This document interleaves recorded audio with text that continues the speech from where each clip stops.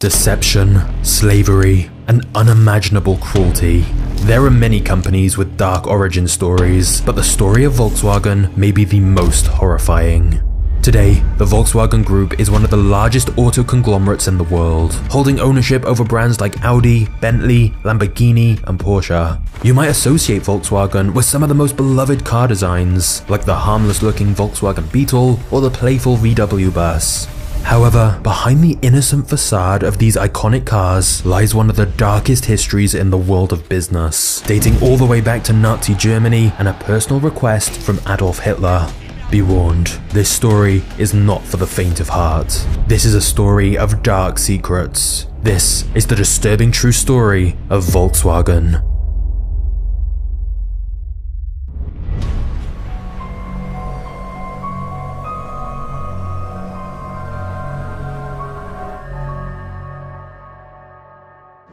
After Germany lost World War I, the German economy was on the brink of collapse. To make up for the damage caused by the war, Germany was forced to pay an astounding amount of money in reparations to other European countries. The amount was a total of 132 billion gold marks, more than $500 billion in today's money.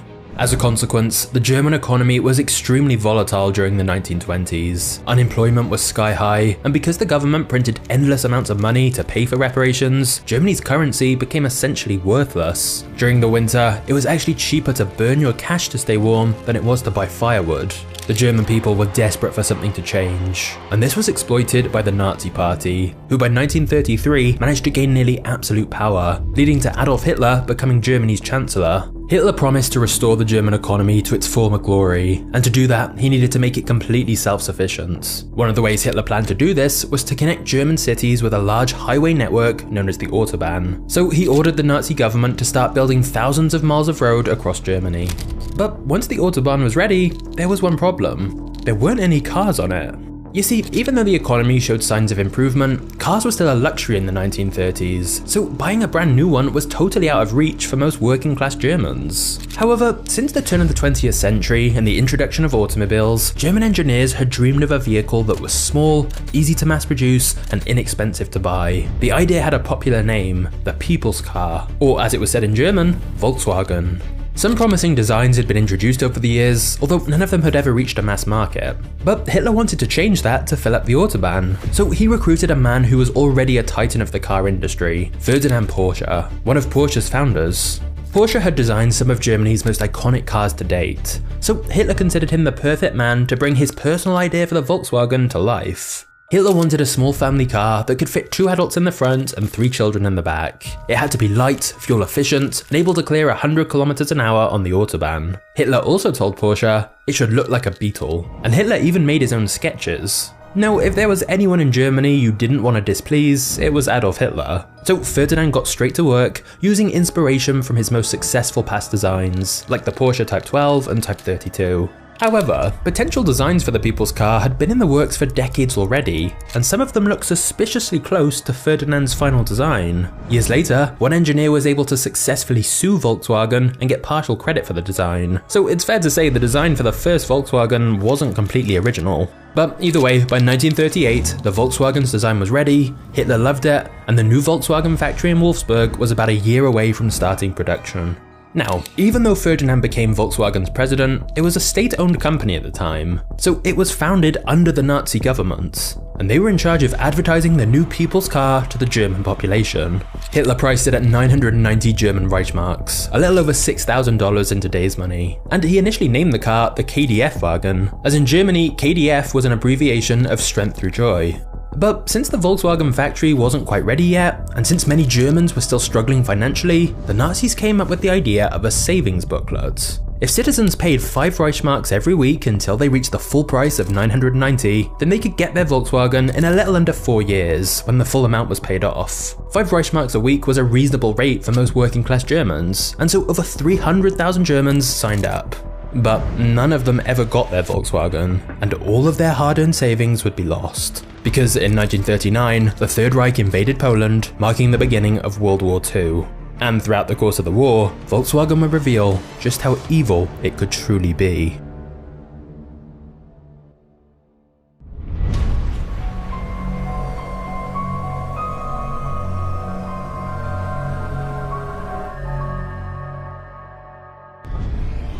Because of the war, the Volkswagen factory had to be entirely repurposed to aid in Germany's war effort. It was really a weapons factory disguised as a car factory, because the Nazis didn't tell the German public that they would have to wait, and instead, all of the money they paid for their cars was used by the Nazis to fund the war. Hitler had initially planned the Volkswagen factory to build the people's car, which fit 2 adults and 3 children, but now, the factory was making military vehicles that needed to fit, in Hitler's words, 3 men and a machine gun. As the war intensified, most German men were employed by the Nazis either as soldiers, military officers, or policemen, so there was a massive shortage of industrial workers at the Volkswagen factory. To make up for this, Ferdinand suggested to Hitler that they use Soviet and Polish prisoners of war to operate the factory whilst World War II raged on, and Hitler personally signed off on building Wolfsburg's first concentration camp, which was directly attached to the factory. At one point, there were 4 concentration camps and 8 forced labour camps in Wolfsburg, all there to operate the Volkswagen factory. Tens of thousands of men and women worked in the factory during the war, basically as slaves. And since Porsche so strongly believed in the Nazi racial hierarchy, the workers were treated extremely unfairly. The Scandinavians were given more rations than the Poles were given more rations than the Russians, and the Russians were given more rations than the Jews. But even though some got better treatment than others, all of Volkswagen's workforce was hungry, cold, and overworked. And yet, a lack of food was nothing compared to the tragedies that occurred in the children's home at the Volkswagen factory, or as it was called, the Kinderheim. You see, before 1943, the Nazis' policy at their forced labour camps was to send women who got pregnant back to their hometowns. But every time this happened, Volkswagen lost one of its workers. So they asked the Nazis to modify this policy, and as a result, the Nazis instituted nurseries for newborn babies and sent the mothers straight back to the camps to continue working. And thus, Volkswagen's Kinderheim was built in a town just outside the factory. Now, it's important to note that Volkswagen was directly responsible for running the Kinderheim, not the Nazis. So the mothers had every reason to believe that their babies would be well cared for, but sadly, they were wrong. To even visit their children, the mothers had to get a police permit every time, and if they were expecting the Kinderheim to be a well-equipped nursery, it was instead just 2 old run-down wooden barracks. The Kinderheim was completely infested with cockroaches, flies, maggots, bedbugs, and lice, which would all crawl over the babies at night and bite their faces. Their diapers were hardly ever changed, and 15 babies would be showered in contaminated water at the same time and cleaned off with the same dingy towel. But even worse, the staff didn't make a single effort to care for the babies. The Kinderheim's doctor never examined their condition and only showed up there once every week for a few minutes. The nurses were no good either. Even though the other mothers begged them to close the Kinderheim's windows at night so the babies wouldn't sleep in the cold, the nurses just flatly refused. One of them told the staff that they shouldn't even bother feeding the babies, so they were only given a ½ liter of spoiled milk and 1½ sugar cubes each day. When asked about the Kinderheim later on, one of the mothers said, "I couldn't do anything to relieve the suffering of my child, but watch over him stealthily and weep, seeing the unlimited misery of those human beings." You see, Volkswagen was faced with a choice about what to do with these babies. They could either wait for them to grow into adults and force them to work in the factory, or they could just kill them. And not only did Volkswagen choose the second option, but they chose to kill them with more cruelty than even some of the Nazis. In fact, one Nazi official came to assess the situation at the Kinderheim and reported that the present handling of the problem is appalling in my opinion. There are ways to handle this without pain and suffering.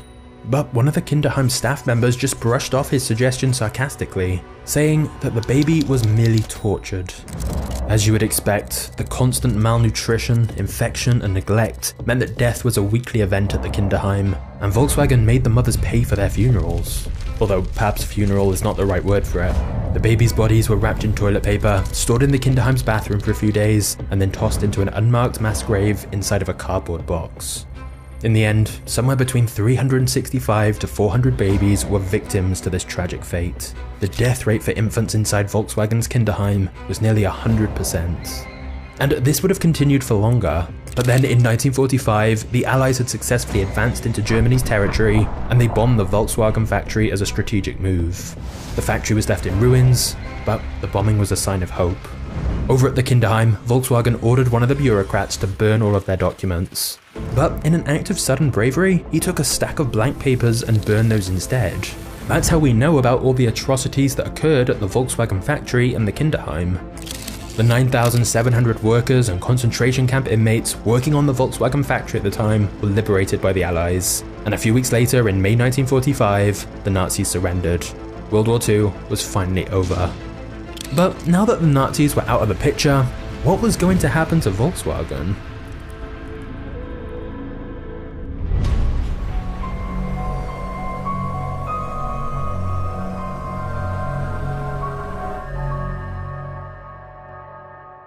After the war, Germany was a broken nation. The Allied powers and the Soviet Union occupied the entire territory, and now their task was to figure out how to rebuild Germany so it could participate in the global economy again.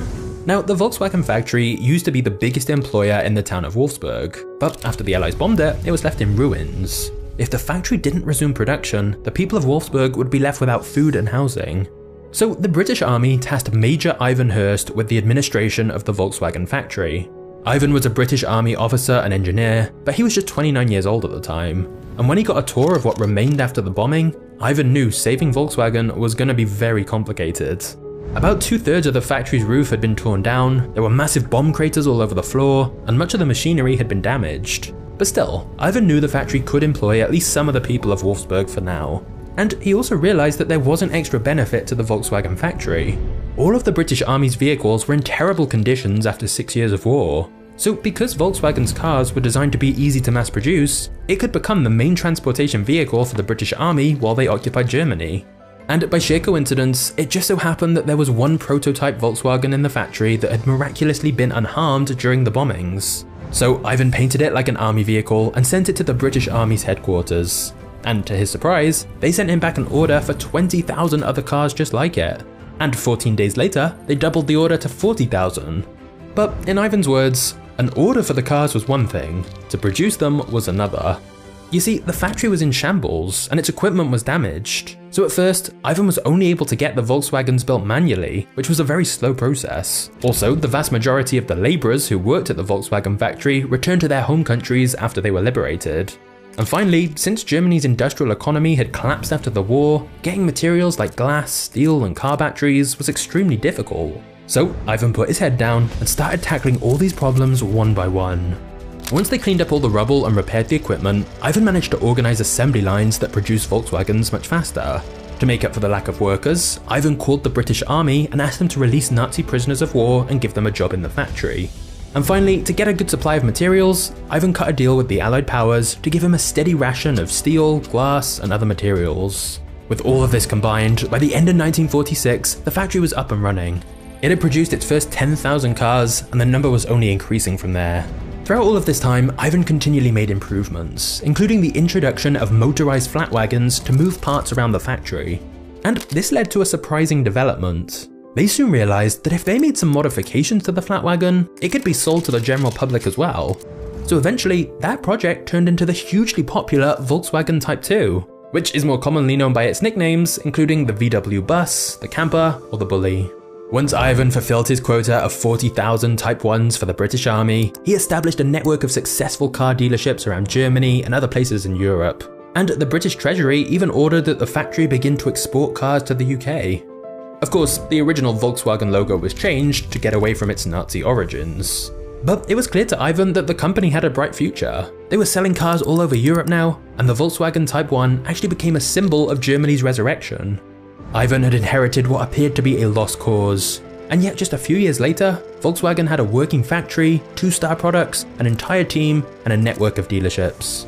And so by 1949, once the Allies had managed to get Germany to a good enough situation that they were ready to let it be a sovereign nation again, Ivan's job was finally complete. It was time to hand off Volkswagen to the people of Germany. And this is where Volkswagen's path to domination truly begins. Okay, so we've just seen Volkswagen get totally rebuilt and turned into a successful business. But what if you wanted to start or grow your own business? That's where today's sponsor Kajabi can help you. Kajabi is the ultimate all-in-one platform that helps creators and entrepreneurs build successful online businesses. Kajabi lets you turn your skills into online courses, membership sites, coaching, and more. You don't need any tech experience. There's customizable templates, and Kajabi makes it really simple to build something great and start accepting payments.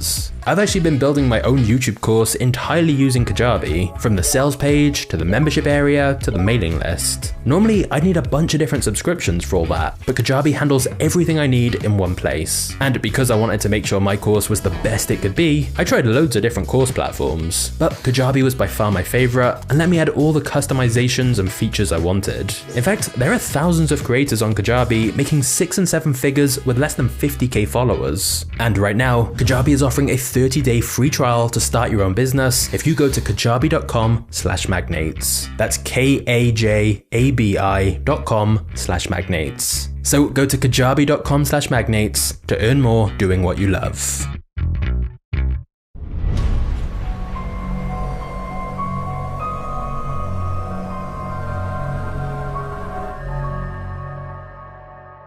Coming into the 1950s and 60s, the Volkswagen Beetle and the VW bus became something of a global icon. In 1955, Volkswagen celebrated the sale of their 1 millionth Beetle, and it became the world's best-selling car in 1972. Following this success, Volkswagen went on to release even more models, like the Volkswagen Type 3 and Type 4, which were also huge hits. As for the VW bus, it became tightly associated with the counterculture movement against the Vietnam War. So, needless to say, Volkswagen's image came a long way from the days of Nazi Germany. It's quite an amazing rebrand to go from a company that began because of Adolf Hitler to being part of the hippie movement representing peace and love. However, in 1960, Volkswagen was denationalized. So rather than the government owning the whole company, they kept just 20%. And ever since then, Volkswagen has been on a relentless quest to absorb their competition. For example, in 1964, the Volkswagen Group bought a struggling German auto conglomerate known as the Auto Union, and one of the brands included in the deal was Audi.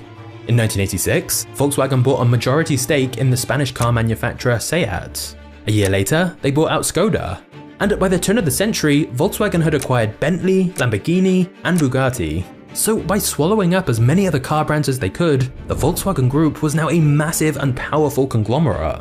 But then in the early 2000s came another twist, as it seemed like it was Volkswagen who was going to get bought out, and by none other than the company that had designed their first car back before World War II, Porsche. By this point, Porsche was the world's most profitable car manufacturer, clearing over $2 billion in profit in 2004. And throughout the years, the two companies had had an important relationship.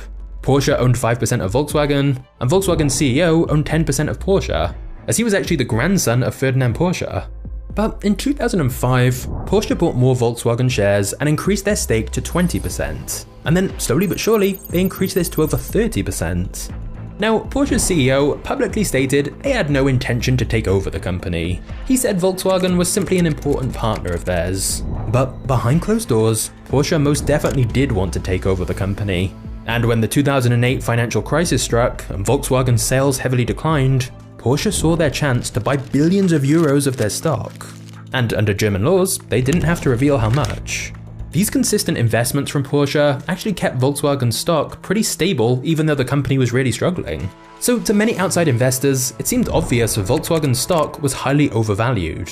And as a result, hundreds of hedge funds shorted the stock, believing its value would soon come crashing down.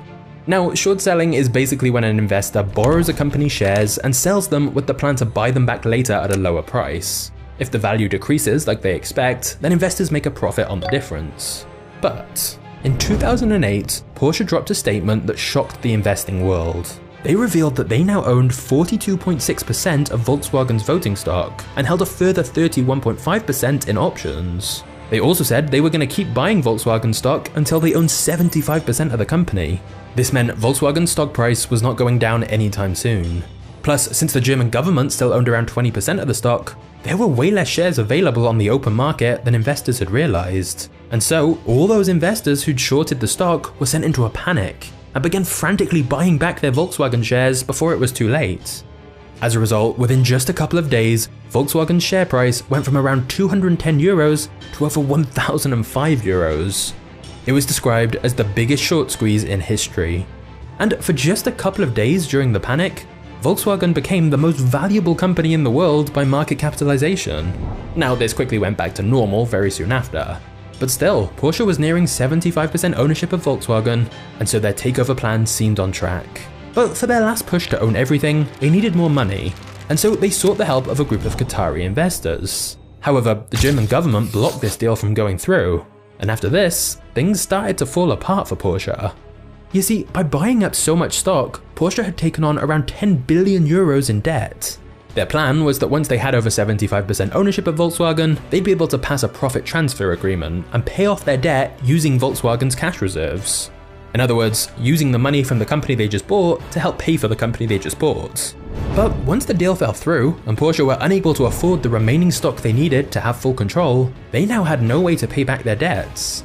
And this caused a wave of investors to take their money out of Porsche.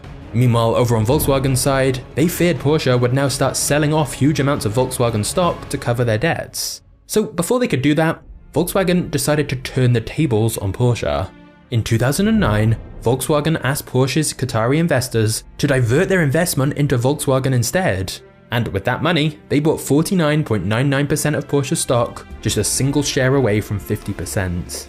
3 years later, Volkswagen bought the remainder of Porsche for 4.45 billion euros. So in a bizarre turnaround, what had started with Porsche trying to buy Volkswagen had ended with Volkswagen buying Porsche. Of course, this did mean Volkswagen had to pay for some of the debts Porsche had taken on, but bringing Porsche into the Volkswagen group meant they would have an additional 700 million euros in profits every year. And now nobody was threatening Volkswagen with a takeover. They were now an even more powerful conglomerate. And with the financial crisis now over, and Porsche and so many other car brands under their control, things were back on track for Volkswagen, and they were now selling tens of millions of cars every year.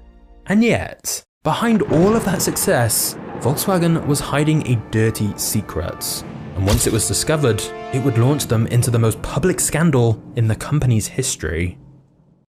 Hey guys, I know some of you have been asking when my YouTube course will be ready. It's been in the works for about a year now, as I wanted to make sure it's the best on the market by far. And the good news is, it's now in the final stages. So if you're interested in learning everything I know about writing videos, editing videos, growing a channel, building a team, and how to make lots of money from it, then just click the course link in the description below.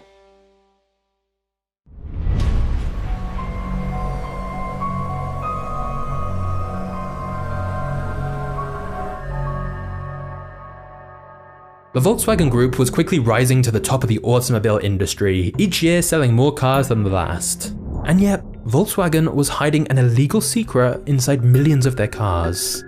It all began around 2009 when Volkswagen started heavily advertising its new clean diesel cars. Up until this point, Volkswagen had to suspend sales of their diesel cars, as they gave off high quantities of toxic gases that failed environmental regulations. However, their new cars, which used a nitrogen oxide trap to help capture those toxic gases, passed the emissions tests. It was considered a huge success in the industry, even winning environmental awards and helping Volkswagen get tax breaks. Except, it was all a lie. In reality, some of Volkswagen's engineers had secretly added software that silently detected when the car was being tested. During an emissions test, the car was programmed to temporarily switch into a low emission mode where the car would use less gas and give the engine less power, which in turn made the car give off less emissions and be able to pass the emissions test. But as soon as the car was unhooked from the testing computer, it would switch back to normal and the car's exhaust would continue pumping out high levels of nitrogen oxide, which is linked with air pollution, acid rain, asthma, cancer, and heart problems. And some Volkswagen cars were actually emitting up to 40 times the amount of toxic gases that US regulators allowed. It was blatant cheating. The cars had been systematically engineered to deceive emissions testing. And yet, this meant that for years, it went completely unnoticed. It wasn't until 2014 that university researchers tested the cars on the road, and were shocked to see how different the results were. At first, they thought the high emissions must be a mistake, but their discoveries alerted US regulators, and thus began the scandal known as Dieselgate. When it became clear that Volkswagen was cheating the emissions test, the US Environmental Protection Agency forced Volkswagen to recall hundreds of thousands of diesel cars with this system installed on them in the US. And in Europe, it was discovered that over 8 million cars had this system as well. US prosecutors described it as an appalling fraud that went to the very top of the company. There are claims at least 30 people at management level had known what was going on for years. And even more shockingly, when this data was first released, VW didn't fix the problem. They tried to fix the device to make it even better at cheating the emissions test. This was not just false advertising, it was fraud. Volkswagen had lied to their customers and caused untold damage to the environment and people's health. In total, Volkswagen had sold around 11 million cars with this system on them, so as a result, they had to pay $25 billion to their customers and to regulators in the US, plus an almost $3 billion criminal fine, and nearly $5 billion to mitigate the pollution from all those years. So in total, this scandal cost the Volkswagen Group close to $35 billion. Because of this, Volkswagen reported its first unprofitable quarter in 2015, and their CEO had to step down from his position. Volkswagen also later admitted to gassing live monkeys with diesel fumes as part of a test to try and prove their diesel engines were clean, which they weren't. However, whilst you'd think that Volkswagen would suffer the consequences of this scandal for years to come, just a year later, Volkswagen managed to surpass Toyota to become the world's best-selling car conglomerate. So despite everything, Volkswagen had managed to rise to the very top of the auto industry. In fact, on a list of the 10 best-selling cars in history, Volkswagen has 3 of them. Given the scandals they've been involved with, this may seem surprising.